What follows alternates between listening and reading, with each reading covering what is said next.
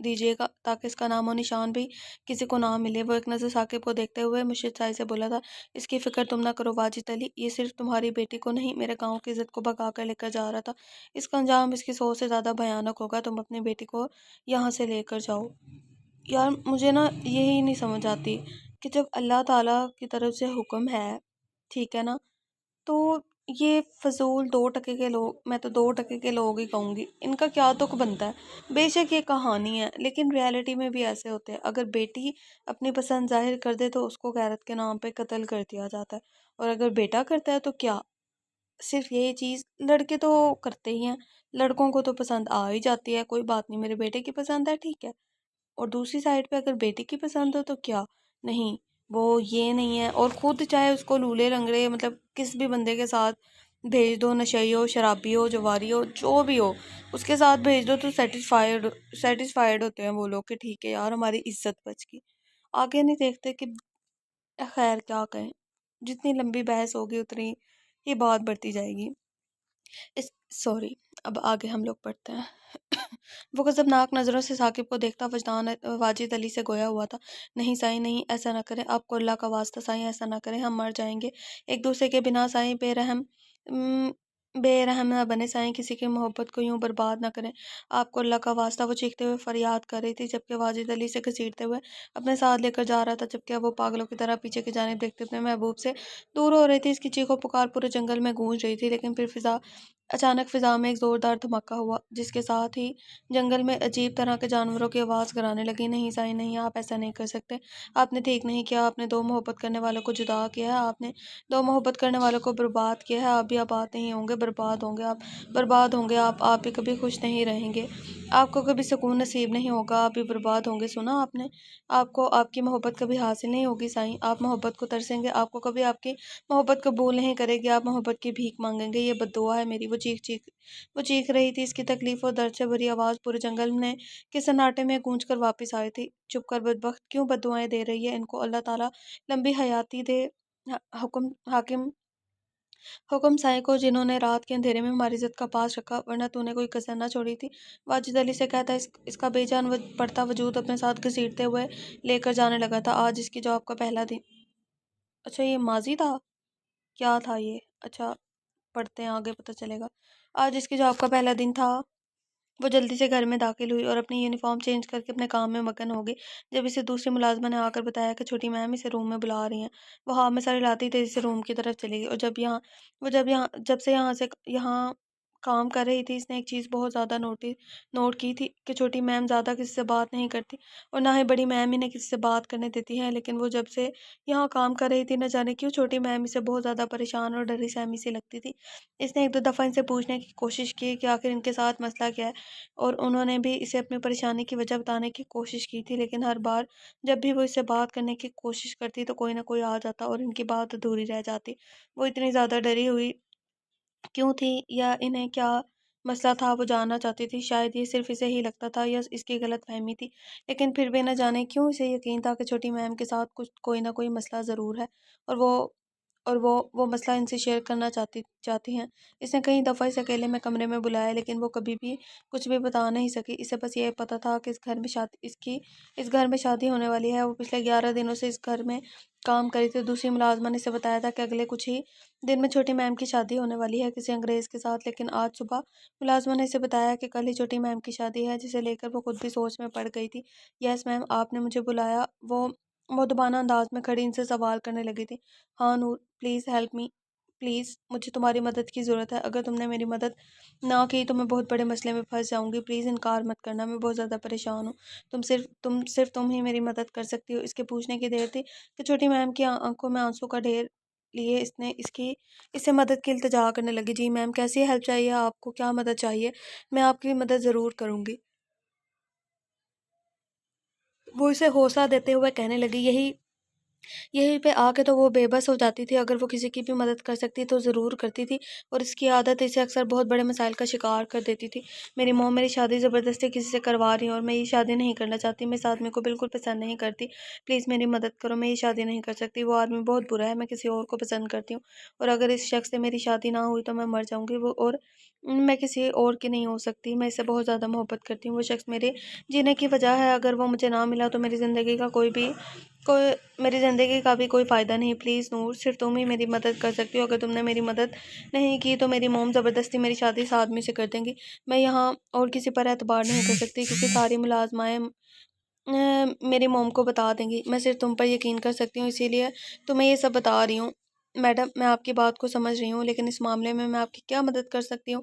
میرا مطلب ہے میں کیسے اس شادی کو روک سکتی ہوں؟ میں تو ایک عام سی ملازمہ ہوں، وہ پریشانی سے کہنے لگی۔ بس مجھے اس گھر سے باہر نکلنے میں ہیلپ کر دو، میں یہاں سے بھاگ جاؤں گی، بس تم مجھے یہاں سے باہر نکال دو، اس کے سامنے ہاتھ جوڑتے ہوئے بولی، جبکہ نور گہری سوچ میں جا چکی تھی۔ اگر وہ اس کی مدد نہ کر پائی تو وہ بے موت ماری جائے گی، اس طرح زبردستی کے رشتے بننا آسان نہیں ہوتا، یہ بات وہ اچھے طریقے سے سمجھ چکی تھی۔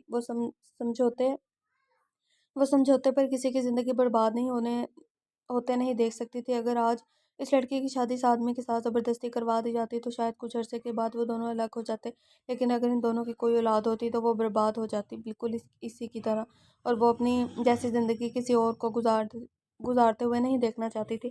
اس کی چھٹی کا وقت ہو گیا تھا اور وہ روز کی طرح اپنا یونیفارم چینج کر کے خاموشی سے گھر کی جانب روانہ ہوئی۔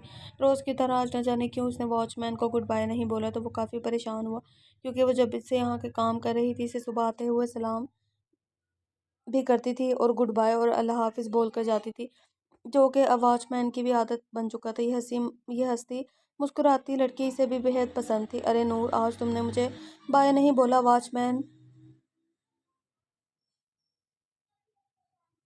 اپنی حیرت کو چھپائے بنا اسے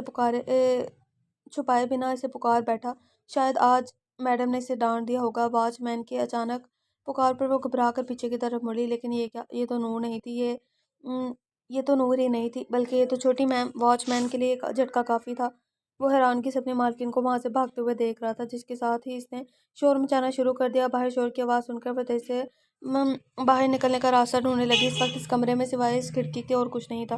وہ تیزی سے کھڑکی کے پاس آئی، اس کا ارادہ کھڑکی سے باہر جانے کو تھا، لیکن تبھی دروازہ کھلا، اس نے پیچھے مڑ کر دیکھا اور سرد تر سانس خارج کیا۔ تم جانتی ہو تم نے کیا کیا؟ بے وقوف لڑکی، آخر تمہیں ضرورت کیا تھی کسی لڑکی کو گھر سے بھگانے کی؟ تمہیں اندازہ بھی ہے کتنی انسلٹ ہوئی ہے آج ہماری؟ تمہیں احساس بھی ہے کہ کتنی بے عزتی کی گئی ہے ہماری وہاں پہ؟ مائک اپنی کتنی امپورٹنٹ میٹنگ چھوڑ کر تمہیں جیل سے چھڑوانے کے لیے آیا تھا، تم اندازہ بھی نہیں لگا سکتے ہو کتنا نقصان ہوا ہے آج مائک کو، اور مائک نے کتنی رشوت دی ہے اس آفیسر کو صرف تمہیں جیل سے چھڑوانے کے لیے۔ اف، مائک نے کتنی مشکل سے سب کچھ ہینڈل کیا ہے، یہ آج اگر مائک نہ ہوتا تو نہ جانے کیا ہو جاتا، اسی لیے بغیر نخرے کیے فوراً سے جاؤ اور بہت اچھے طریقے سے اسے تھینک یو بولو اور سوری بھی کہو جا کر اپنی غلطی کے لیے۔ اپنے ڈیڈ کو آج تمہاری وجہ سے بہت زیادہ انسلٹ ہوئی ہے، تمہارے ڈیڈ کی، سمرا اسے سمجھاتے ہوئے بولی۔ وہ میرے ڈیڈ نہیں ہیں موم، وہ صرف آپ کے بوائے فرینڈ ہے، ان کا میرے ساتھ رشتہ نہ جوڑے تو زیادہ بہتر ہوگا۔ میرا آپ کے بوائے فرینڈ سے کوئی لینا دینا نہیں، وہ خاصی بدتمیز انداز میں بولی تھی۔ وہ میرا بوائے فرینڈ نہیں بلکہ ہسبینڈ ہے، اور اس بات پر یقین کرنے کے لیے میں تمہیں صفائیاں نہیں دوں گی، سمجھی تم؟ میں تھک گئی ہوں تمہارے سامنے اپنا اور مائک کا رشتہ پروف کرتے کرتے۔ وہ جھنجھلا کر بولی، موم، نکاح نہیں کیا اس نے آپ سے، اور جس شادی کو آپ شادی کہتے ہیں وہ شادی نہیں ہے۔ وہ اس کی بات کاٹتے ہوئے بولی تھی، او وٹ ایور، بند کرو اپنی بکواس اور جا کر مائک کو سوری بولو اور اس کا شکریہ ادا کرو کہ اگر آج وہ وقت پر جیل نہیں پہنچتا تو تمہیں اندازہ بھی نہیں تھا کہ وہاں پولیس اسٹیشن میں تمہارے ساتھ کیا سلوک کیا جاتا۔ وہ غصے سے اسے ڈانٹتے ہوئے بولی، اس کے انداز پر وہ مسکرا اٹھی، اچھا کیا ہوتا میرے ساتھ وہاں؟ وہ لوگ مجھے مارتے پیٹتے، میرے ساتھ جانوروں جیسے سلوک کرتے، مجھے کوئی فرق نہیں پڑتا موم، آپ کے بوائے فرینڈ کے ہاتھوں مار کھانے کی عادت ہے مجھے۔ وہ ان کی آنکھوں میں آنکھیں ڈالتے غصے سے بولی، اس نے تمہاری بھلائی کے لیے تم پر ہاتھ اٹھایا تھا، تم کیوں نہیں سمجھتی نور؟ سماب اب کی بار چلائی تھی، میرے کپڑے پھاڑ کر میرے ساتھ زبردستی کرنے کی کوشش کرتے ہوئے وہ ذلیل انسان میری کون سی بھلائی کر رہا تھا موم؟ اس کی آواز سمیرا کی آواز سے کہیں زیادہ گنا تیز تھی۔ وہ صرف تمہاری غلط فہمی تھی نور۔ میں نے تمہیں کیسے سمجھاؤں؟ سمرا نگاہیں چراتے ہوئے بولی تو نور کے لبوں پر مسکراہٹ آ گئی۔ اچھا، وہ صرف میری غلط فہمی تھی۔ وہ اس کی آنکھوں میں آنکھیں ڈالتی تلخی سے مسکرا دی تھی، جبکہ وہ اس کی مسکراہٹ نے سمرا کو نگاہیں جھکانے پر مجبور کر دیا۔ وہ اس کا چہرہ اپنے ہاتھوں سے اوپر کرتے ہوئے اس کی آنکھوں میں آنکھیں ڈال کر بولی تھی، میں بچی ضرور تھی مگر اتنی بھی نہیں کہ اس ذلیل انسان کی نیت نہ سمجھ پاتی۔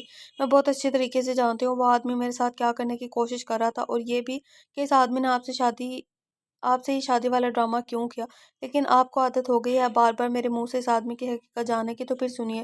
جب میں نے اس کا یہ گھر چھوڑا تب اسے ڈر تھا کہ کہیں میں پولیس میں نہ چلی جاؤں۔ آپ جانتے ہیں ایک 13 سال کی لڑکی کا ریپ کرنا کتنا بڑا جرم ہے؟ نہیں، لیکن وہ اچھے طریقے سے جانتا ہے اگر میں پولیس میں جاتی تو اس کو ہراسمنٹ کے کیس میں آدھی زندگی جیل کے اندر گزارنی پڑتی، اور وہ جو عیش و عشرت سے اس اتنے بڑے بنگلے میں اپنی زندگی گزار رہا ہے، یہ سب کچھ بھی انگلش گورنمنٹ اسے چھین لیتی۔ اس نے آپ کی محبت میں پاگل ہو کر آپ سے شادی نہیں کی، بلکہ بدنامی کے ڈر سے اور جیل سے بچنے کے لیے کی ہے، اور آج وہ شخص مجھ پر کوئی احسان کر کے مجھے جیل سے نہیں چھڑوا کر لایا، اسی لیے بار بار اس کے احسان مجھ پر واضح کرنے کے مجھے شرمندہ کرنے کی کوشش کرنے کی بجائے اپنے بوائے فرینڈ کی حرکتوں پر غور کرے۔ وہ حقیقت کا آئینہ ان کے سامنے رکھتے اپنا بیگ اٹھا کر تیزی سے وہاں سے نکلنے لگی، جب اچانک کے دروازے پر مائک سے ٹکرایا اسے روم میں نفرت سی بھر آئی تھی۔ ارے نور، تم ابھی تک گئی نہیں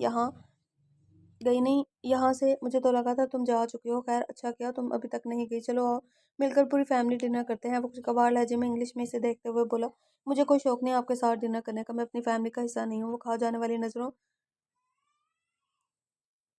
اور میں آپ کی فیملی کا حصہ نہیں ہوں، وہ کھا جانے والی نظروں جانے والے انداز میں دیکھتے ہوئے بولی۔ اس کی بدتمیزی پر سمرا کو غصہ بہت آیا، لیکن وہ جانتی تھی کہ اگر اس نے اسے ٹوکا تو وہ اور زیادہ بدتمیزی کرے گی، اس لیے خاموش رہنا بہتر سمجھا تھا۔ جبکہ وہ ایک نظر اپنی ماں کو دیکھتی وہاں سے باہر نکل چکی تھی۔ اس شخص کے سامنے تو وہ اپنا لہجہ بھی اپنا ایک لمحہ بھی برداشت نہیں کرنا چاہتی تھی۔ سیم ڈارلنگ، تمہاری بیٹی کو آخر میرے ساتھ مسئلہ کیا ہے؟ کبھی بھی وہ لڑکی مجھ سے اچھی طریقے سے بات نہیں کرتی، اور یقین کرو مجھے اس کا انداز بہت ہرٹ کرتا ہے۔ وہ سمیرا کی جانب آتے ہوئے کہنے لگا، وہ بچی ہے، نادان ہے۔ اچھا، یہ نور کی سٹوری ہے، تم اس کی باتوں کو دل پر مت لیا کرو، ہم ڈنر کرتے ہیں۔ اور اس کا دھیان نور سے ہٹاتے ہوئے بولی تو مائک نے صرف وہاں میں سر ہلایا تھا۔ سیم ڈارلنگ، تم نے نور سے بین کے بارے میں بات کی ہے یا نہیں؟ وہ بہت زیادہ پریشان ہے نور کو لے کر، 3 مہینے ہونے کو ہیں۔ نور کی طرف سے کوئی جواب نہیں ملا۔ میں نے آج بین سے بات کر کے اسے یقین دلا دیا کہ نور کا جواب ہاں ہی ہوگا، لیکن تم کچھ بھی نہیں کر پائی ہو۔ تم جلد سے جلد اس سے بات کرو۔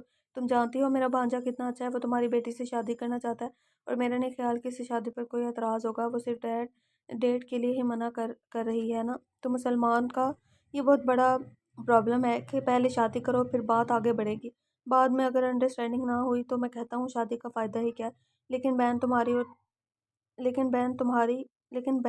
اور تمہاری بیٹی کی پرابلم کو سمجھتے ہوئے اس کے سامنے شادی کا پرپوزل رکھ رہا ہے، لیکن تم نے نور سے ابھی تک اس بارے میں بات نہیں کی۔ تم بتاؤ نور کو بین کتنا امیر ہے، لڑکیوں اس کے دائیں بائیں گھومتی ہے، اس کی صرف ایک جھلک دیکھنے کے لیے مری جا رہی ہے، لیکن وہ تمہاری بیٹی سے محبت کرنے لگا ہے اور اس کی طرف سے کوئی جواب ہی نہیں مل رہا۔ دیکھو سیم، میں تمہیں پہلے ایک بات کلیئر بتا دینا چاہتا ہوں، میں آگے فیوچر میں بین کے ساتھ اپنا بزنس شروع کرنا چاہتا ہوں، اور میں اس میں کسی بھی قسم کی کوئی پرابلم نہیں چاہتا۔ تمہیں یہ بات سمجھنی ہوگی اور اپنی بیٹی کو سمجھانی بھی ہوگی۔ تم اندازہ بھی نہیں لگا سکتی کہ یہ ڈیل میرے لیے کتنی اہم ہے۔ میں سمجھ سکتی ہوں مائک، تم پریشان مت ہو، میں بات کروں گی نور سے۔ وہ کیا ہے نا، آج کل وہ اپنے ایگزامز کو لے کر تھوڑی پریشان ہے، اور پھر اس کی جاب بھی چھوٹ گئی ہے، تو مجھے اس وقت بات کرنا کچھ عجیب لگا۔ تم اسے جاب مل جانے دو، اس کے بعد میں سکون سے بات کروں گی۔ وہ شادی سے انکار نہیں کرے گی، تو فکر مت کرو، میں اسے ہر حال میں منا لوں گی۔ سمیرا نے اسے یقین دلایا تھا۔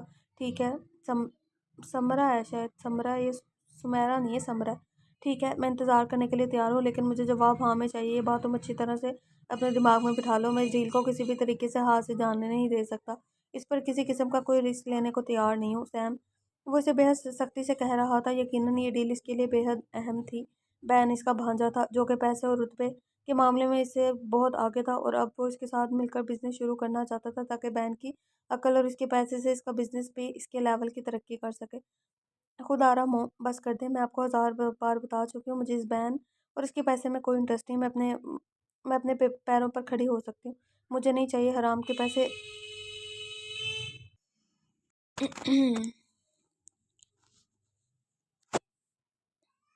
مجھے نہیں چاہیے حرام کے پیسے، وہ رکھے اپنے پاس اپنے پیسے، اور نہ ہی مجھے 4 دن کی شادی کرنے کی ضرورت ہے۔ اور اب آپ بہانے بنانے کی بجائے اپنے بوائے فرینڈ کو حقیقت بتا دیں۔ میں کبھی بہن سے شادی نہیں کروں گی۔ تو پھر کس سے کرو گی شادی؟ اپنے باپ کے گوار بھتیجے سے؟ اس سے جس کے ساتھ تمہارا باپ تمہیں ساری زندگی کے لیے بسا دینا چاہتا ہے؟ وہ ان پڑھ گنوار جاہل جو عورت کو اپنے پیر کی جوتی سمجھتے ہیں، ان لوگوں کے بیچ گھسنا چاہتی ہو تم؟ آدھی زندگی حویلے کے 4 دیواری کے ایک کمرے میں پڑے رہو، کسی غیر مرد کے سامنے مت جاؤ، اپنا بڑا سا دوپٹہ ہر وقت اپنے اوپر لپیٹ کر رکھو، تمہارے شوہر کے علاوہ تمہیں کوئی غیر مرد نہ دیکھ سکے، تف ایسی زندگی پر۔ میں نے 5 سال تمہارے باپ کے ساتھ برباد کیے، وہ میں تھی جو اس گوار آدمی کے ساتھ 5 سال تک اپنا آپ برباد کرتی رہی۔ میں نے تو نہ جانے کیسے اس شخص کو لندن آنے پر مجبور کر دیا، ورنہ میری زندگی بھی شاید ان گنوار عورتوں کی طرح ہوتی جو اس حویلی میں رہتی ہیں۔ لیکن یہاں آنے کے بعد میں اس شخص کی باتوں اور روک ٹوک نے مجھے اس سے طلاق لینے پر مجبور کر دیا۔ تمہارے پیدا ہونے کے بعد بھی اس شخص نے اپنی عادتیں نہیں چھوڑی۔ وہ شخص کبھی نہیں بدل سکتا۔ وہ جس شخص کے ساتھ وہ تمہاری شادی کرنا چاہتے ہیں نا، وہ اس سے بھی 4 قدم آگے ہے۔ مجھے سمجھ نہیں آتی تم کیسے رہو گی ان سب کے بیچ۔ وہ تو خدا کا شکر ہے کہ یہ سب کچھ ختم ہو گیا اور تمہارے باپ نے کبھی مڑ کر نہیں دیکھا۔ اس نے وہاں شادی کر لی اور اس کی ایک بیٹی بھی ہے جو یقیناً تم سے زیادہ اہم ہے اس کے لیے، تبھی تو اس کے آنے کے بعد اس نے کبھی تمہاری خبر تک نہیں لی۔ اس لیے بہتر ہوگا اپنے باپ کے غم سے نکل کر اپنی اصل زندگی کی طرف آ جاؤ۔ تم بالی کو اپنی مرضی سے شادی کر سکتی ہو، اپنی مرضی سے زندگی گزار سکتی ہو، اور بین ایک بہت اچھا انسان ہے۔ وہ تمہیں بہت خوش رکھے گا اور تمہاری زندگی کی ہر خواہش پوری کرے گا۔ مجھے نہ تو آپ کی اس بحث میں انٹرسٹ ہے اور نہ ہی آپ کے بوائے فرینڈ کے اس بھتیجے میں۔ میں کہاں شادی کروں گی یا نہیں کروں گی، اس کا فیصلہ میں کروں گی۔ کوئی میرے ساتھ زور زبردستی نہیں کر سکتا، اگر میرے باپ کو میری ضرورت نہیں ہے تو اب مجھے بھی ان کی ضرورت نہیں ہے۔ میں خوش ہوں اپنی زندگی میں۔ وہ یہ کہتے ہوئے اس کے لہجے میں اداسی در آئی تھی۔ سمیرا نے بھی محسوس کر لیا۔ ابھی سمیرا کچھ اور کہتی کہ فون بج رہا تھا۔ اسے اپنی ماں پر بہت غصہ آ رہا تھا، جو اس کا انکار اپنے شوہر تک پہنچانے کی بجائے بہانے بنا رہی تھی۔ 3 ماہ پہلے وہ اپنی ماں سے ملنے اس کے گھر گئی تھی جب اس کی طبیعت کچھ خراب تھی۔ وہیں پر مائک سے ملنے کے لیے ان کا بھتیجا آیا ہوا تھا جو اسے دیکھتے ہی اس پر بری طرح فدا ہو چکا تھا۔ پہلے تو وہ اس کے ساتھ ڈیٹ مارنے کے لیے کافی بے چین رہا، لیکن جب اسے پتہ چلا نور اس میں بالکل بھی انٹرسٹ نہیں دکھا رہی تو شادی کا پرپوزل بھیجنے لگا، جس کے جواب میں صرف انکار کر چکی تھی۔ اسے مائک کے ساتھ ساتھ اس کے سارے خاندان سے نفرت تھی۔ اس کی وجہ سے اس نے بہت نقصان اٹھایا تھا۔ وہ 4 سال کی تھی جب اس کے باپ نے سمرا کو طلاق دے دی۔ سمرا رشتے میں اس کی ماں اس کے باپ کی کزن تھی، لیکن آزادانہ ماحول میں رہنے والے کی وجہ سے سمرا کی سوچ بھی کافی زیادہ آزادانہ تھی۔ وہ شادی نہیں کرنا چاہتی تھی، اسی لیے اس کے ماں باپ نے زبردستی اس کی شادی اس کے باپ سرمد سے کروا دی تھی، جس کا نتیجہ یہ ہوا تھا کہ سرمد شاہ پوری کوشش کے باوجود بھی رشتہ بچا نہ سکے۔ انہوں نے بہت سمجھایا لیکن وہ نہ مانی۔ آخر میں شادی کے بعد بھی اپنا افیئر جاری رکھا اور سب کچھ برداشت کر سکتے تھے، لیکن یہ چیز برداشت سے باہر تھی۔ اپنی بیوی کی شادی کے بعد اس افیئر کو وہ قبول نہ کر سکے اور سمرا کو طلاق دے دی۔ طلاق کے بعد 4 سالہ نور انگلش گورنمنٹ کے فیصلے پر ہمیشہ کے لیے اپنی ماں کے پاس آ گئی۔ سرمد نے 5-6 بار نور کی کسٹڈی کی اپیل کی تھی، لیکن وہ اسے حاصل نہ کر سکے، جبکہ کسٹڈی کے بعد ایک بہت بڑی رقم انہیں سمیرا کو دینا لازم کر دی گئی تھی۔ وہ یقیناً 1 سال تک ہر اتوار کے دن اس سے ملنے آتے رہے، پھر ایک دن وہ غائب ہو گئے، پھر وہ کبھی بھی اسے ملنے کے لیے واپس نہ آئے۔ اس کی ماں کو ہر ہفتے پیسے ملتے رہے جو کہ اب تک مل رہے تھے، لیکن جس کا انتظار نور کی آنکھیں کرتی تھی وہ کہیں کھو گئے تھے۔ پھر ایک دن اس کی ماں نے اسے بتایا کہ پاکستان جا کر اس کے باپ نے نہ صرف دوسری شادی کر لی ہے بلکہ وہ ایک بیٹی کا باپ بھی ہے، جس سے یقیناً وہ نور سے زیادہ محبت کرتا ہے، تبھی تو اس کی پرواہ کیے بغیر اسے چھوڑ کر چلا گیا۔ وہ تقریباً 9 سال کی تھی جب اس کی ماں نے اپنا گھر بیچ کر اپنے بوائے فرینڈ کے گھر رہائش کر لی تھی اور اسے بھی اپنے ساتھ لے آئی تھی۔ مائک کی حرکتیں اسے بہت عجیب لگتی تھی، اس کی ماں کے ساتھ اس کی نازیبا حرکتیں۔ اس کی ماں کو عجیب لباس میں محفلوں کی رونق بنانا اسے بہت برا لگتا تھا، لیکن شاید اس کی ماں کو ان سب باتوں سے کوئی فرق نہیں پڑتا تھا۔ وہ آزادانہ ماحول میں پلی تھی، اسے ان سب چیزوں کو بہت انجوائے کرتی تھی، لیکن پھر ایک دن پانی اس کے سر سے اوپر چلا گیا جب اس شخص نے اس کے کمرے میں آ کر اس کے ساتھ زبردستی کرنے کی کوشش کی۔ اس وقت وہ اسے اسے صرف برے طریقے سے چھونے کی کوشش کرتے ہوئے اس کے کپڑے پھاڑ رہا تھا، جبکہ اسے بہت بری طریقے سے زخمی بھی کر گیا تھا۔ اس کے شور مچانے پر گھر کے سارے ملازمین کے ساتھ اس کی ماں بھی وہاں آ گئی اور اس کی عزت پر کوئی داغ لگنے سے بچ گیا تھا۔ لیکن اب وہ اس شخص کے بہت خوفزدہ رہنے لگی تھی۔ اسے اپنی ماں کو فیصلہ سنا دیا تھا کہ وہ یہاں نہیں رہے گی بلکہ ہاسٹل میں رہے گی۔ اس کا سارا خرچہ اب تک انگلش گورنمنٹ اور اس کے باپ اٹھاتا ہے، اس لیے وہ اپنی مرضی کی مالک ہے۔ مائک کو یہ ڈر لاحق ہو گیا تھا کہ کہیں وہ اس کی نیت کو سمجھ کر پولیس میں نہ چلی جائے، اور یہی وجہ تھی کہ اس نے سمرا کو اپنی محبت کا یقین دلانے کے لیے اس سے اگلے دن ہی شادی کر دی تھی۔ اب اس کے پاس لیکن اب اس کے پاس کسی بھی قسم کے کوئی پیسے نہیں آتے تھے، کیونکہ وہ 18 سال کی سے اوپر ہو چکی تھی۔ اس کے 18ویں سالگرہ کے ساتھ ہی اس کا اپنا خرچہ اٹھانا شروع کر دیا تھا ایک جاب کے ذریعے، جبکہ جو پیسے باپ کی اسٹڈی کے طور پر اسے ملنے چاہیے تھے وہ اس کی ماں کے پاس جاتے تھے، جو اسے کبھی نہیں ملے تھے اور نہ ہی اس نے کبھی ضرورت محسوس کی تھی۔ ان 3 ماہ میں وہ 2 نوکریاں چھوڑ چکی تھی، جبکہ ایک سے پرسوں ہی نکال دیا تھا اور کل ایک ریسٹورینٹ میں جانے والی تھی جہاں اسے اچھی آفر ملی تھی۔ دیکھو سرمت، کون آیا ہے؟ تمہارا شیر آ گیا، کب سے ڈھونڈ رہے تھے نا تم اسے۔ درام سائی نے جیسے کمرے میں قدم رکھا، اصغر سائی نے سب کا دھیان اس کی طرف دلایا۔ سرمت جو بیڈ پر بے حال پڑے تھے ایک نظر اس کی جانب دیکھ کر مسکرائے تھے۔ نہ جانے کیوں جب بھی وہ درام کو دیکھتے ان کے دل میں سکون اترتا تھا۔ بڑی بی بی اور ہمنا چاچی اپنے آنسو صاف کرتے ہوئے وہاں سے اٹھ کھڑی ہوئی تھی۔ السلام علیکم، وہ گھمگیر آواز میں سب کو سلام کرتا کمرے میں داخل ہو گیا تھا۔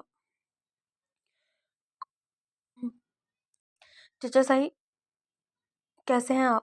وہ ہمنا چچی کو کی چھوڑی ہوئی جگہ پر بیٹھتے ہوئے ان سے پوچھنے لگا تھا۔ ساوش، زرنش بیٹا جاؤ ادا سائیں کے لیے کھانا لگاؤ۔ ثانیہ میری جان، تم بھی جاؤ اپنے پیپر کی تیاری کرو۔ وہ تینوں بچوں کو وہاں سے اٹھاتے ہوئے بھیج چکی تھی، کیونکہ چاچا سائی کو درام سے بہت اہم بات کرنی تھی۔ سنان اور ساحر دونوں شکار پر گئے تھے، اب تک ان کی واپسی نہیں ہوئی تھی۔ کیا بات ہے؟ کس بات کی پریشانی ہے آپ کو؟ کیوں طبیعت اپنی اس حد تک خراب کر رکھی ہے؟ آپ نے مجھے بتائیں تو صحیح اپنی پریشانی کی وجہ۔ آپ کا بی پی خطرناک حد تک ہائی ہے۔ وہ ان کا ہاتھ اپنے مضبوط ہاتھوں میں تھامتے ہوئے ان سے وجہ پوچھنے لگا تھا۔ 12 سال درام سائی، میں تنگ آ گیا ہوں اور اب اور برداشت نہیں ہوتا مجھ سے۔ صرف ایک بار اسے اپنے سینے سے لگانا چاہتا ہوں میں۔ وہ سسکتے ہوئے بولے تو ہمنا چچی بھی اپنے منہ پر دوپٹہ رکھ کر رونے لگ گئی تھی۔ بس بہت ہو گیا سرمت سائی، میں نے تمہیں کتنی دفعہ منع کیا ہے، کیوں پریشان ہو رہے ہو؟ اور اپنی بیٹی کے لیے ویسے بھی اب وہ 18 سال کی ہو چکی ہے، اب وہ اپنی مرضی کی مالک ہے۔ میں اگلے ہفتے لندن جانے والا ہوں، میں تمہاری بیٹی سے ضرور ملوں گا اور اسے واپس آنے کے لیے بھی کہوں گا، آگے اس کی مرضی۔ اصغر شاہ نے بھائی کو سمجھاتے ہوئے کہا تھا۔ اس کی نہیں بابا سائیں، ہماری مرضی۔ 18 سال کی ہو چکی ہے تو لے آئیں اسے یہاں پر۔ اب وقت آ گیا ہے کہ وہ بھی اپنی ذمہ داریاں سنبھالے۔ بس بس آزادی ختم، وہ گمگیر آواز میں بولا۔ دارم سائی ہوش سے کام لے، آپ جانتے ہیں اس کی ماں کس طرح کی عورت ہے؟ طیبہ بیگم، درام کی ماں، دبی دبی سی آواز میں احتجاج کرنے لگی۔ اماں سائیں، اس حویلی میں سرمت شاہ ایک ہی ہے۔ درام شاہ اپنی ذمہ داریوں کو سمجھنا اور سمجھانا اچھی طرح سے جانتا ہے۔ وہ مچھو کو ہلکا سا تاؤ دیتے اٹھ کے باہر نکل آیا، جبکہ اس کے فیصلے نے سب کو پریشان کر دیا تھا۔ ادا سائی، ڈاکٹر نے کہا ہے کہ چاچا سائی کا بی پی بہت زیادہ ہائی ہے، ہسپتال میں ایڈمٹ کرانا ہوگا۔ حالت دن بدن خراب ہوتی جا رہی ہے، اوپر سے ثانیہ کو بھی بخار ہے، کل اس کا پیپر ہے تو مجھے اس کی بھی ٹینشن ہے۔ آپ اگر بہتر سمجھے تو ایک بار اس سے بات کر لیں، میرا نہیں خیال کہ وہ صبح پیپر دینے کے لیے جائے گی۔ ساحر تھوڑی دیر پہلے ہی سنان کے ساتھ شکار سے لوٹا تھا جب درام سائی کا چھت پر آنے کا پیغام ملا۔ تم پریشان نہ ہو ساحر، میں بات کر لوں گا اس سے۔ تم کل ہی چاچا سائی کو ہاسپٹل میں ایڈمٹ کروا دو۔ باقی بابا سائی لندن جا رہے ہیں، اگلے ہفتے چاچا سائی کا مسئلہ بھی حل ہو جائے گا۔ اور بتاؤ تمہارا شکار کیسا رہا؟ کوئی مسئلہ تو نہیں؟ آپ کے ہوتے ہوئے کوئی مسئلہ ہو سکتا ہے کیا؟ ملک کے چمچوں نے پیچھا تو کیا تھا لیکن نہ جانے کیسے وہاں ہمارے لوگ آ گئے، انہوں نے سب کچھ ہینڈل کر لیا۔ سنان کو یقین تھا کہ اس نے ہی اپنے لوگوں کے وہاں پہ بھیجا ہوگا۔ اور واجد علی کی بیٹی کا نکاح یوں اچانک اتنی سادگی سے کیوں کیا گیا؟ کوئی خبر ہے آپ کو؟ اسے اچانک ہی واجد علی اور ان کی بیٹی کا خیال آ گیا تھا۔ نہیں، میں اپنے کام سے کام رکھتا ہوں سائیں، خیر تم بیٹھو اور میں ذرا ثانیہ سے مل لیتا ہوں۔ وہ اٹھتے ہوئے بولا تو ساحر صرف ہاں میں ساری لاتا چائے کا کپ اپنے ہاتھوں میں لے چکا تھا۔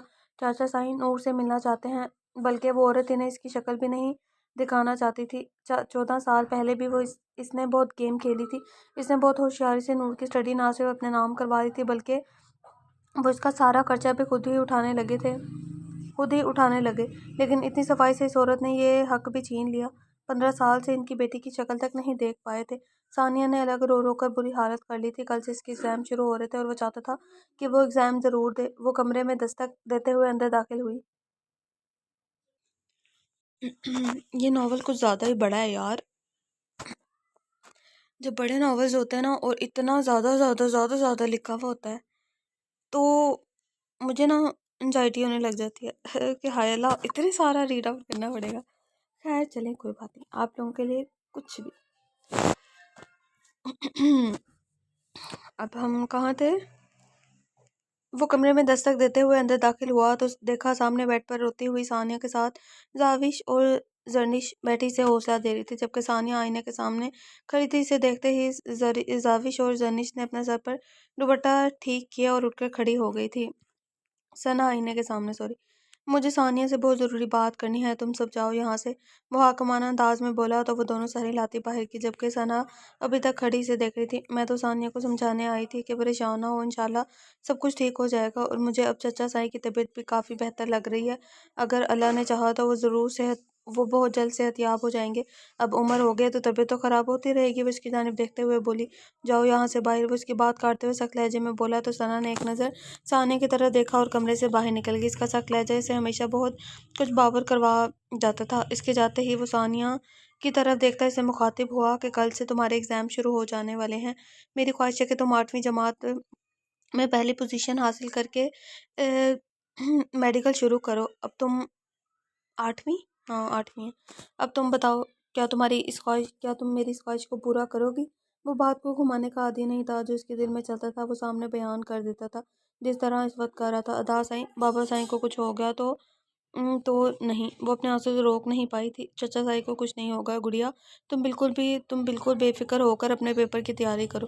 بابا سائیں لندن جا رہے ہیں. اور وہ اس کے سر پہ ہاتھ رکھتے ہوئے بولا کیا تایا سائیں کسی ڈاکٹر کو لینے جا رہے ہیں؟ یہ 13 سالہ لڑکی اس کے لیے عزیز تھی. اس کا انداز اسے وہ ننھا سا وجود یاد کرواتا تھا جو اس کے لیے بہت خاص تھا. ہاں میں تمہارے بابا کے علاج کو بھی ساتھ لے کر آئیں گے. اس کے لبوں کی تراش میں مسکراہٹ آ کر غائب ہو گئی تھی. لیکن ادا صحیح علاج خود کیسے آئے گا؟ وہ کنفیوز تھی. فضول باتوں پر دھیان مت دو اور اپنی پڑھائی پر غور کرو. میں نہیں چاہتا کہ تمہارا دھیان بٹے، تم صرف اور صرف اپنی تعلیم پر غور کرو. تمہیں ڈاکٹر بنتے دیکھنا تمہارے بھائی کی خواہش ہے، یہ بات یاد رکھنا.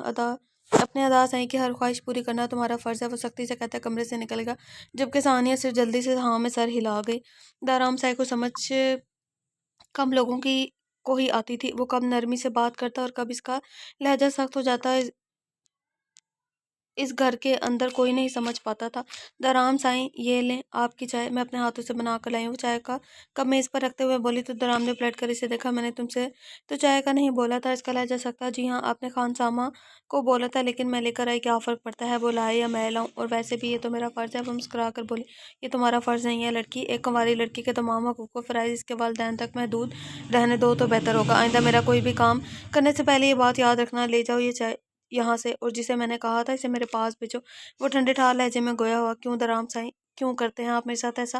آپ کبھی میرے جذبات کی فکر نہیں کرتے نا دارام سائی، آپ کو کوئی فرق نہیں پڑتا. آپ کے ان الفاظ سے مجھے کتنی تکلیف ہوتی ہے آپ جانتے ہیں نا، میں آپ سے کتنی محبت کرتی ہوں. جاؤ یہاں سے ثنا وہ سخت لہجے میں بولا تھا. میرے یہاں سے چلے جانے سے یہ بات نہ تو میری محبت آپ کے لیے کم ہوگی اور نہ ہی اپنی بکواس بند کرو اور اپنے جذبات اپنے محرم تک محدود رکھو. دفع ہو جاؤ یہاں سے. وہ غصے میں دھاڑا تھا. جبکہ ثنا بنا کچھ بھی بولے تھے اسے وہاں سے نکلتی چلی گئی. وہ بہت صاف گوئی تھا، کسی کا دل نہیں رکھتا تھا. وہ صاف الفاظ میں ثنا کو کئی بار جتلا چکا تھا کہ اس کے دل میں اس کے لیے کوئی جذبات نہیں، لیکن اس کے باوجود بھی وہ بڑی بی بی اور اماں سائیں دارام کے لیے ثنا کا ہاتھ مانگنے میں دلچسپی رکھتی تھی. لیکن وہ سب لوگ اس بات سے بے خبر تھے کہ دارام سائیں کے دل میں برسوں سے کسی ایک ہی ملکہ حکومت کرتی ہے. یہ کیا ثنا، چائے کا کپ تم واپس نیچے کیوں لے آئی؟ ہمنا چاچی نے اسے سیڑھیوں سے نیچے اترتے دیکھ کر پوچھا. تو ابھی تھوڑی دیر پہلے تو وہ دارام سائی کے لیے چائے لے کر چھت پر گئی تھی. وہ دارام سائی کا چائے پینے کا موڈ نہیں ہے، اس لیے میں واپس لے آئی. خیر آپ سنائیں چچا سائی کی طبیعت کیسی ہے اب؟ اور تایا سائی کب واپس آ رہے ہیں؟ کتنے دن گزر گئے ہیں انہیں گئے ہوئے؟ وہ ان کے ساتھ ہی کچن کا رخ کرتی پوچھنے لگی تھی. ہاں آ جائیں گے کچھ ہی دنوں میں واپس، ابھی تو ان کی ملاقات بھی نہیں ہوئی. اس سے وہ کچن میں آتی ملازمہ کا ہاتھ بٹاتے ہوئے اسے بتانے لگی تھی کہ اس سے ملاقات کرنی ہے. انہوں نے ثنا سے پوچھنے لگی تھی نور کو ہی تو لینے گئے ہیں، اور پتہ نہیں وہ ان کے ساتھ واپس آئے گی بھی یا نہیں، وہ عورت ملنے بھی دے گی یا نہیں نور سے یا نہیں. پتہ نہیں نور ہم سب لوگوں کے بارے میں کیا سوچتی ہوگی. چاچی اپنے ہی کام میں مگن اس کے سر پہ ایک دھماکہ کر چکی تھی. تایا سائی نور کو لینے کے لیے گئے ہوئے ہیں، لیکن کیوں؟ میرا مطلب ہے نور کو وہ لوگ کیوں لانا چاہتے ہیں واپس وہ لوگ؟ بھول گئے ہیں نور کس کی بیٹی ہے؟ میرا مطلب ہے سمرا کس طرح کی عورت ہے؟ کوئی بھلا یہ کوئی بھلا یہ کوئی بھولا تو نہیں ہے؟ اور اب تو چاچو سائیں کی طبیعت بھی کافی بہتر ہے۔ نور کو بھلا واپس لانے کی کیا ضرورت ہے؟ وہ جہاں ہے اسے وہیں رہنے دے۔ ہر ہفتے اسے پیسے مل تو رہے ہیں۔ ثنا کو سمجھ نہیں آ رہا تھا وہ اپنا غصہ کس طرح سے کنٹرول کرے۔ اس کی بے چینی بھی اس کے اعصاب پر بری طرح سے سوار ہو چکی تھی۔ وہ اس گھر کی بیٹی ہے بیٹا سائیں، تمہارے چاچو سائیں کی پہلی اولاد، اس کے لیے وہ بے حد عزیز ہے۔ آج نہیں تو کل اسے یہاں واپس آنا ہی تھا۔ میں تو بس یہ دعا کرتی ہوں کہ ادا سائیں اسے لانے میں کامیاب ہو جائیں۔ پتہ نہیں وہ عورت اسے آنے بھی دے گی یا نہیں۔ پتہ نہیں نور کے دل میں ہم سب کے لیے کیا ہوگا۔ یقیناً اس عورت نے نور کے دل میں ہمارے لیے بے پناہ نفرت بھر دی ہوگی۔ ہمنا چچی نے بہت افسوس سے کہا، جبکہ ثنا دل میں بہت دعا کری تھی کہ وہ کبھی واپس نہ آئے۔ وہ خاموشی سے اپنے کمرے میں چلی گئی۔ غصے اور نفرت کی شدت سے اس کے حسین چہرہ سرخ ہو گیا تھا۔ کہنے کو تو اس نے زندگی میں صرف ایک ہی بار نور کو دیکھا تھا، اور وہ پاکستان آئی تو صرف ایک ہی بار آئی تھی، اور ایک ہی بار میں وہ اس کا سب کچھ چھین کر لے کر جا چکی تھی۔ اور اب اتنے سالوں کے بعد جب وہ اپنا آپ منوانے کی کوشش کر رہی تھی تو وہ لوٹ کے آ رہی تھی اس سے سب کچھ ایک بار پھر سے چھیننے کے لیے۔ ہاں، لیکن اس بار ثنا اتنی کمزور نہ تھی جتنی 14 سال پہلے۔ اس بار وہ اسے اپنا کچھ بھی چھیننے نہیں دے گی۔ وہ ایک ہفتے سے نوکری کی تلاش میں تھی، لیکن اسے کوئی اچھی جاب نہیں ملی تھی۔ آج بھی وہ ایک جگہ انٹرویو دے کر آئی تھی۔ جب اسے پتہ چلا کہ کوئی اسے ملنا چاہتا ہے، وہ کسی سے بھی ملنا نہیں چاہتی تھی، لیکن وارڈن نے اسے بتایا تھا کہ کوئی پاکستان سے اسے ملنے کے لیے آیا ہے، تو وہ انکار نہ کر سکی۔ شاید اتنے سالوں کے بعد اس شخص کو اس کی یاد آ ہی گئی تھی۔ اسے سمجھ نہیں آ رہا تھا کہ خوش ہو یا نہیں اس سے مل کر، مگر وہ اس سے ملنا چاہتی تھی۔ اس وقت رات کے 8 بج رہے تھے اور بھوک سے بھی اس کا برا حال تھا۔ وہ خاموشی سے اٹھ کر آفس کی جانب چلی گئی۔ اس نے آفس کے اندر قدم رکھا تو اس کا دل بری طرح سے دھڑکا۔ شاید اتنے سالوں کے بعد وہ شخص اسے پہچان بھی نہ پائے گا، لیکن وہ تو اسے بھولی نہیں تھی۔ آؤ نور، یہ اصغر شاہ ہیں، پاکستان سے آئے ہیں تم سے ملنے کے لیے، تمہارے تایا ہیں۔ اسے کمرے میں داخل ہوتے دیکھ وارڈن نے کہا، جبکہ نور کے چہرے کے سارے رنگ مرجھا گئے تھے۔ یہ اس کا باپ نہیں تھا، شاید ہی اس کے باپ کو اسے ملنے کی فرصت ہو۔ وارڈن کے کہنے پر اس شخص نے مڑ کر دیکھا تو پھر کھڑے ہو گئے۔ ان کے چہرے پر مسکراہٹ تھی، جنہوں نے خود ہی پہل کرتے ہوئے اس کے سر پہ اپنا ہاتھ رکھا تھا۔ نور کچھ نہیں بولی تھی۔ میم، کیا میں اپنے بیٹے کو باہر لے کر جا سکتا ہوں؟ میں اپنے بچے کے ساتھ تھوڑا وقت گزارنا چاہتا ہوں۔ وہ وارڈن سے مخاطب ہوتے ہوئے تو وارڈن نے مسکرا کر انہیں اجازت دی اور وہ خاموشی سے ان کے ساتھ باہر آ گئی۔ اس وقت وہ ایک مہنگے ترین ہوٹل میں بیٹھے تھے۔ نور ڈنر کر رہی تھی، جبکہ اصغر خان خاموشی سے اسے دیکھ کر مسکرا رہے تھے۔ اس بے حیائی کے ماحول میں رہتے ہوئے بھی انہوں نے نور کے لباس میں کسی قسم کی کوئی بے حیائی محسوس نہیں کی تھی۔ وہ پرسکون سے اس کی نظروں کے سامنے بیٹھی اپنا ڈنر کرنے میں مصروف تھی۔ ان کے چہرے پر دلکش مسکراہٹ تھی، کیونکہ وہ نوٹ کر رہے تھے کہ نور انہیں نظر انداز کر رہی تھی، لیکن اس کی آنکھوں میں پاکیزگی تھی۔ انہیں اپنے چند 15 سال پہلے کے فیصلے پر فخر تھا۔ میں تمہیں لینے آیا ہوں نور۔ ان کے الفاظ پر اس کا ہاتھ رکا۔ کیوں؟ میرا مطلب ہے اب کیوں؟ وہ ان کی طرف دیکھتے اپنا سوال کرتی ایک بار پھر سے کھانے کی طرف متوجہ ہوگی، کیونکہ اب وقت آ گیا ہے تم سرمد کے ساتھ رہو۔ تمہارا باپ؟ ایک minute uncle ji, I am sorry, میں آپ کی بات کاٹ رہی ہوں، لیکن میں سرمد شاہ کے بارے میں کوئی بات نہیں کرنا چاہتی، کیونکہ میرا اس آدمی کے ساتھ کوئی لینا دینا نہیں ہے، اور نہ ہی میں اس کے ساتھ کوئی لینا دینا رکھنا چاہتی ہوں، اور وہ میرا باپ نہیں ہے۔ اگر وہ میرا باپ ہوتا تو مجھے یہیں چھوڑ کر نہ جاتا۔ میری ماں کسی اور سے محبت کرتی تھی، ٹھیک ہے، وہ اس قابل نہیں تھی، وہ ان کے قابل نہیں تھی، لیکن انہوں نے میری ماں کو چھوڑا ہی، ساتھ میں انہوں نے مجھے بھی چھوڑ دیا۔ ان کی بیٹی کس حال میں اتنے سالوں سے انہوں نے جاننے کی کوشش تک نہ کی، اور کوشش کرتے بھی کیوں؟ ان کی تو ایک ہی بیٹی، ان کو تو ایک اور بیٹی مل گئی ہے نا۔ انہیں بھلا میری کمی کہاں محسوس ہوگی؟ ان کے الفاظ سن کر انہیں سچ میں سمرا سے نفرت محسوس ہوئی تھی، کیونکہ ان کے ساتھ بیٹھی یہ لڑکی اس وقت اس عورت کی زبان بول رہی تھی۔ میری ایک بات ہمیشہ یاد رکھنا نور بیٹا، ایک باپ کے لیے اس کے سارے بچے عزیز ہوتے ہیں، اور وہ تمہیں وہاں جا کر پتہ چلے گا کہ تمہارا باپ تم سے کتنی محبت کرتا ہے، کیونکہ میں جانتا ہوں کہ تم کبھی میری باتوں پر یقین نہیں کرو گی۔ تم جانتی ہو تمہاری ماں غلط ہے، لیکن وہ کس حد تک غلط ہے یہ تمہیں اپنے باپ کے پاس جا کر پتہ چلے گا۔ ابھی کے لیے میں صرف تمہیں اتنا کہنا چاہتا ہوں کہ اس حویلی میں 2 انسان ہیں جو تم سے بے حد محبت کرتے ہیں اور تمہاری واپسی کا بے چینی سے انتظار کریں۔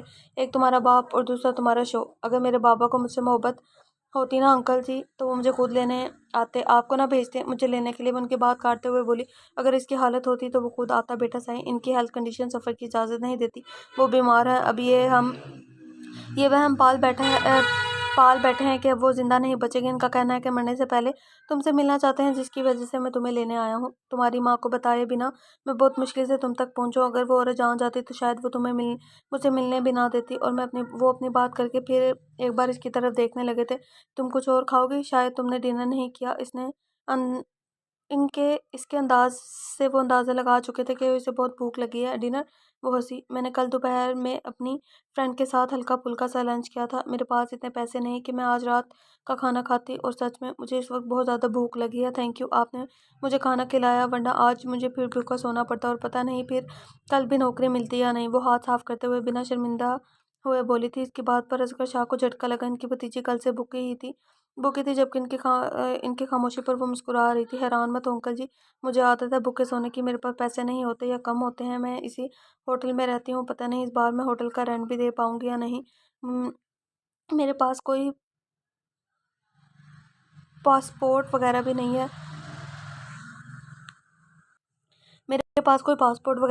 ہے۔ تو آپ مجھے آسانی سے لے کر نہیں جا سکتے۔ وہ پانی کا گلاس لبوں سے لگاتی ان کی معلومات میں اضافہ کر چکی تھی۔ پاسپورٹ کی فکر تو مت کرو، اس کا حل نکال لوں گا۔ تم یہ پیسے رکھو۔ وہ اپنے والٹ سے سارے نوٹ نکال کر اسے دیتے ہوئے بولے تھے۔ انکل جی، میں بھوکے ضرور ہوں، بیکار ہی نہیں ہوں۔ ان کے انداز پر اسے غصہ آیا تھا، جبکہ اصغر شاہ کے لب مسکرا اٹھے تھے۔ میں کوئی غیر نہیں ہوں، تمہارے باپ کا بھائی ہوں، اور یہ میرے نہیں، تمہارے باپ کے پیسے ہیں جن پر تمہارا حق ہے۔ تمہارے باپ نے کبھی بھی اپنا حق نہیں چھوڑا۔ وہ ہر ہفتے ایک بڑی رقم تمہاری پرورش کے لیے بھیجتا تھا، جو شاید تمہیں نہیں دی جاتی تھی۔ اگر دی جاتی تو آج تم یوں بھوکی ہرگز نہ ہوتی۔ اپنی ماں کو بتا دینا کہ تم اپنے تایا سائیں کے ساتھ پاکستان جا رہی ہو۔ اور وہ اٹھ کر کھڑے ہوتے ہوئے بولے، میرے ایگزامز ہو رہے ہیں، آپ کو ایک ہفتے تک ویٹ کرنا ہوگا، تب تک آپ پیپرز ورک کروا لیں۔ اس کے اچانک فیصلہ کیا تھا؟ تم بے فکر ہو کر اپنے پیپرز دو بیٹا سائیں، تب تک میں ساری تیاری کروا لوں گا۔ اس کے فیصلے پر وہ بے حد خوش تھے۔ جبکہ ان کے جانے کے بعد اس نے ٹیبل پر رکھے نوٹوں کو دیکھا جن پر اس کا حق تھا۔ اس نے مسکرا کر وہ پیسے اٹھا کر اپنے بیگ میں ڈالے تھے۔ میں تمہیں ان جاہلوں کے بیچ جانے کی اجازت نہیں دوں گی نور، تم کبھی نہیں جاؤ گی وہاں، سمجھی؟ تمہیں بہن کے بارے میں بتانا چاہتی ہوں، وہ تم سے شادی۔ موم پلیز، میں اس وقت اس ٹاپک پر بات نہیں کرنا چاہتی، اور نہ ہی مجھے آپ کے بوائے فرینڈ اور اس کے بھانجے کے بارے میں کوئی بات سنی ہے۔ میں پاکستان ہمیشہ کے لیے نہیں، صرف چند دنوں کے لیے جا رہی ہوں۔ وہ اس کی بات کاٹتے ہوئے بولی، اور تمہیں لگتا ہے کہ وہ لوگ تمہیں واپس آنے دیں گے؟ وہ تمہیں وہاں قید کر لیں گے۔ میری جان، میری بات کو سمجھنے کی کوشش کرو۔ وہ انسان نہیں، درندہ ہے۔ وہ تمہیں اس حویلی کی 4 دیواریوں میں قید کر لیں گے، جس طرح ان لوگوں نے مجھے قید کرنے کی کوشش کی تھی۔ وہ مجھے یہاں واپس ہی نہیں بھیجنا چاہتے تھے۔ تم نہیں جانتی میں کتنی مشکل سے وہاں سے واپس آئی تھی۔ میری زندگی عذاب ہو گئی تھی۔ اپنی زندگی کے 5 سال میں نے کتنی تکلیف میں گزارے، تم اندازہ بھی نہیں لگا سکتی۔ وہ اس کا برین واش کرنے کی کوشش کری تھی، اور تمہیں پتہ ہے کہ وہاں صرف تمہارا ایک رشتہ نہیں، بلکہ میں اپنا وہی رشتہ ہی ختم کرنے جا رہی ہوں موم۔ میں اپنی آزادی کے لیے جا رہی ہوں، اپنی زندگی میں آگے بڑھنے کے لیے مجھے پیچھے سارے رشتے ختم کرنے ہوں گے۔ اپنے باپ سے ملنا چاہتی ہوں کیونکہ مجھے ان سے بہت سارے سوال کرنے ہیں، اور پھر یہ زبردستی کا رشتہ ختم کرنا ہے۔ میں اپنی زندگی آزادی سے جینا چاہتی ہوں، اور ایسا کرنے کے لیے مجھے آزادی چاہیے، اور آزادی کے لیے مجھے پاکستان بھی جانا ہوگا۔ وہ تو ٹھیک ہے، لیکن تم ان لوگوں کو نہیں جانتی نور، وہ اتنی آسانی سے تمہیں واپس نہیں آنے دیں گے، اور آپ مجھے نہیں جانتی موم، میں بھی انہیں کا خون ہوں۔ میں پاکستان صرف 2 چیزوں کے لیے جا رہی ہوں، ایک آزادی کے لیے اور دوسرا پراپرٹی کے حصے کے لیے۔ وہ پرسکون انداز میں بولی تو سمرا کو جھٹکا لگا۔ پراپرٹی؟ سمرا بے چینی سے بولی، تو آپ کو کیا لگا میرے دل میں اس باپ کے لیے محبت جاگ آئی ہے جو 15 سال پہلے مجھے چھوڑ کر چلا گیا تھا؟ مجھے نہ تو اس خاندان سے کوئی مطلب ہے، اور نہ ہی اپنے باپ سے۔ مجھے بس پیسے چاہیے۔ ان 3 مہینوں میں 21 راتیں بنا کچھ کھائے پیے سوئی ہوں۔ مجھے پیسوں کی اہمیت کا اندازہ ہو گیا ہے موم۔ آپ کی طرح کسی امیر انسان کو پھنسا کر اس سے شادی کرنے سے بہتر نہیں میں اپنے باپ کی دولت کو خود پر جائز کر لوں۔ میں اپنی جائیداد کا حصہ لینا چاہتی ہوں۔ میں واپس آ کر اپنا کاروبار سٹارٹ کروں گی، اپنی زندگی عیاشی سے گزاروں گی۔ وہ مسکرا کر بولی تو سمرا خوشی سے چہک اٹھی۔ نور ڈارلنگ، تم نے بالکل صحیح فیصلہ کیا۔ آخر تم نے ثابت کر دیا کہ تم سمرا کی بیٹی ہو، اور اس آدمی کی جائیداد پر تمہارا پورا حق ہے۔ وہاں جا کر اپنا حصہ مانگو۔ لیکن وہ آدمی میرا مطلب ہے اصغر شاہ کا اکلوتا بیٹا درام۔ آپ فکر نہ کریں موم، اس خاندان کا کوئی بھی شخص مجھے وہاں قبول نہیں کرے گا۔ میں ان کی سوچ سے زیادہ بری ثابت ہوں گی، اور وہ درام شاہ مجھ سے شادی کرنے سے پہلے 1000 بار سوچے گا۔ مجھے کبھی بھی نہیں لگا تھا میری جان پیسہ تمہارے لیے اتنا اہم ہوگا۔ وہاں سے واپس آ کر تم بہن کے ساتھ ڈیٹ کر کے بھی بہت عیش کر سکتی ہو۔ سمرا اب تک حیران تھی، لیکن اس کے انداز نے اسے خوش بھی بہت کر دیا تھا۔ میرے لیے حرام پیسہ نہیں، حلال پیسہ بہت اہمیت رکھتا ہے موم۔ اگر میں غلط کام بھی کر لوں نہ تو بھی کبھی حرام کام نہیں کروں گی۔ وہ باتوں ہی باتوں میں اس پر بہت کچھ جتلا چکی تھی، جس پر سمرا کو غصہ آیا تھا۔ اپنے باپ کے جذبات سے کھیل کر تم کون سا حلال کام کرو گی؟ وہی جو انہوں نے مجھے چھوڑ کر کیا تھا۔ اپنی زندگی تو خوشحالی سے گزارنے لگے، لیکن انہوں نے کبھی میرے بارے میں نہیں سوچا۔ اب میں کیوں ان کے بارے میں سوچوں؟ انہوں نے کبھی میرے جذبات کی پرواہ کی جو میں ان کے جذبات کی پرواہ کروں؟ یہ سب کچھ آپ کو کیوں بتا رہی ہوں؟ آپ میں اور ان میں کیا فرق ہی کیا ہے؟ آپ بھی مطلبی، وہ بھی مطلبی، اور پھر مطلبی لوگوں کے ساتھ تو مطلبی بن کر ہی ملنا پڑتا ہے نا۔ نور شاہ در نور شاہ کے قانون میں مطلبی لوگوں کے ساتھ مطلبی ہونا حرام نہیں ہوتا۔ وہ مسکرا کر آنکھ دباتے اپنا بیگ اٹھاتے وہاں سے نکلتی چلے گئی۔ اس کے انداز پہ سمرا کے دل میں بری طرح سے آگ لگ گئی تھی۔ تمہارا دماغ تو خراب نہیں ہوگا سیم، یہ تم کیا کر رہے ہو؟ سیم، یہ تم کیا کر رہی ہو؟ تم اسے جانے کی اجازت کیسے دے سکتی ہو؟ تم جانتی ہو نا بہن کو میں نے یقین دلایا ہوا ہے کہ نور اس کے ساتھ جائے گی۔ وہ نور کے پیچھے پاگل ہو رہا ہے، دیوانہ ہو چکا ہے اس کا۔ اس وقت نور مجھے بہت فائدہ دے سکتی ہے، اور خبردار جو تم نے نور کو کہیں پر بھی بھیجا تم اسے آج ہی منع کر دو، کہیں نہیں جائے گی۔ میں اب تمہاری بیٹی کے لیے ایک ذرا سا بھی نقصان برداشت نہیں کروں گا۔ تمہیں اندازہ بھی نہیں ہے کہ وہ کس طرح سے تیار ہوا ہے شادی کے لیے، کہ تمہاری بیٹی بنا شادی کے اس کے ساتھ جانے کو تیار نہیں تھی، اس لیے وہ اس سے شادی کرنے کے لیے تیار ہے۔ جب تک بہن کا دل اس سے نہیں بھر جاتا تب تک نور کو بہن کے ساتھ رہنا ہوگا، اور اگر تمہاری بیٹی نے اس بار میری بات نہیں مانی تو اس کا انجام بہت برا ہوگا۔ تمہاری سوچ سے بھی زیادہ یاد رکھنا۔ وہ غصے سے آؤٹ آف کنٹرول ہو رہا تھا، جبکہ سمرا اس کے سامنے بیٹھ کے آرام سے شیمپین پی رہی تھی۔ ڈارلنگ ریلیکس، ایک بات یاد رکھنا، سمرا جب بھی کوئی فیصلہ کرتی ہے وہ سوچ سمجھ کے کرتی ہے۔ تمہارا یہ بہن تو میں اتنے پیسے نہیں دے پائے گا مجھے جتنے نور دے سکتی ہے، اس نے مسکراتے ہوئے کہا، جبکہ وہ حیرانگی سے اسے دیکھنے لگا۔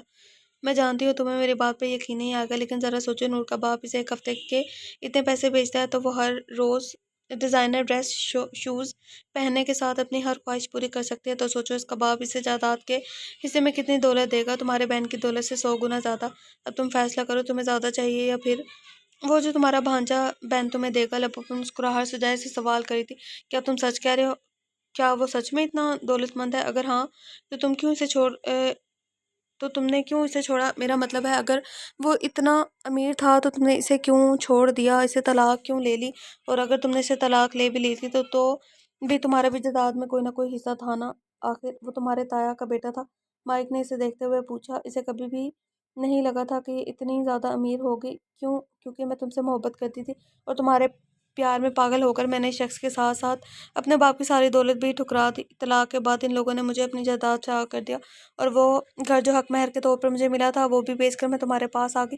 میں ہمیشہ سوچتی تھی کہ میں نے اس آدمی سے بیٹی پیدا ہی کیوں کی، لیکن اب جب مجھے نور نے یہ بتایا کہ اس کی جائیداد کے حصے دار ہے تو یقین کرو مجھے اس کی پیدائش پر جو اتنے سالوں سے افسوس تھا وہ ختم ہو گیا۔ مجھے یقین ہے نور ہمیں بہت فائدہ دے گی۔ وہ یقین سے بولی تھی، مجھے تو نہیں لگتا، مجھے تو لگتا ہے ان لوگوں کے پاس جا کر انہی جیسی ہو جائے گی۔ تم نے دیکھا نہیں کہ وہ ایک اسلامی انسٹیٹیوٹ میں قرآن پڑھنے کے لیے جاتی تھی، اور وہ بھی تمہاری اجازت کے بنا؟ مجھے تو لگتا ہے یہ انہی جیسی ہوگی، جاہل استغفر اللہ، الو کا پٹھا۔